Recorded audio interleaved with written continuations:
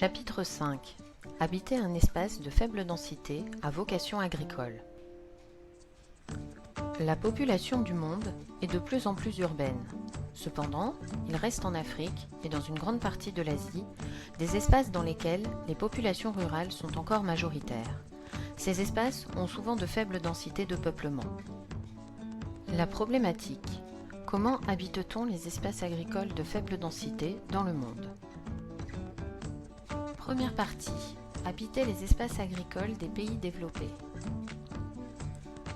Dans les pays développés ou émergents, les agriculteurs ont mis en valeur de vastes espaces agricoles grâce à la mécanisation et à l'utilisation d'engrais et de pesticides. Ils peuvent produire beaucoup avec peu de main-d'œuvre. Cette agriculture intensive est avant tout une agriculture commerciale, c'est-à-dire qu'une grande partie de la production est destinée à la vente. Deuxième partie, habiter les espaces agricoles des pays en développement. Dans les pays en développement, les populations pratiquent une agriculture traditionnelle. Les surfaces cultivées sont petites et les outils sont simples, souvent manuels. C'est une agriculture vivrière qui se fait avec peu de moyens et qui produit peu. Les difficultés pour les agriculteurs de ces pays sont nombreuses. Éloignement des villes, événements climatiques, guerres ou encore dégradation de l'environnement.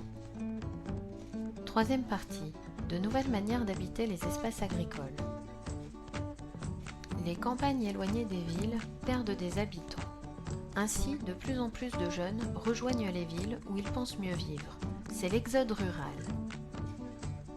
Dans ces territoires, les habitants développent de nouvelles activités comme l'agriculture biologique ou le tourisme vert. De nouveaux habitants s'y installent tout en continuant à travailler en ville. Les espaces agricoles proches des villes s'urbanisent sous la forme de lotissements pavillonnaires. C'est la périurbanisation. Des conflits d'usage peuvent exister entre les différents utilisateurs de ces espaces à vocation agricole. La leçon s'achève.